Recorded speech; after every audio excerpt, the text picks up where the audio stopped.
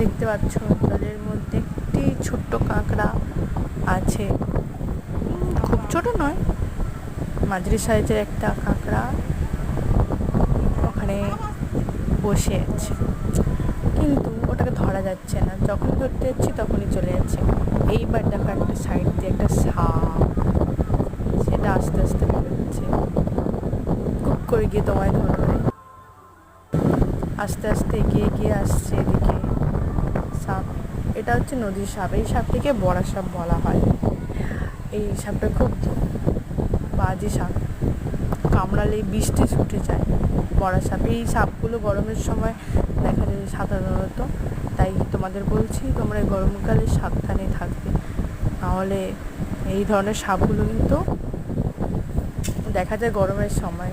মুসুরি টাঙিয়ে রাত্রেবেলা করে শুতে হয়। দেখো আস্তে আস্তে কাঁকড়াটির কাছে যাচ্ছে, কিন্তু কাঁকড়াটিকে কিচ্ছু করবে না, সে সাইড দিয়ে চলে যাবে।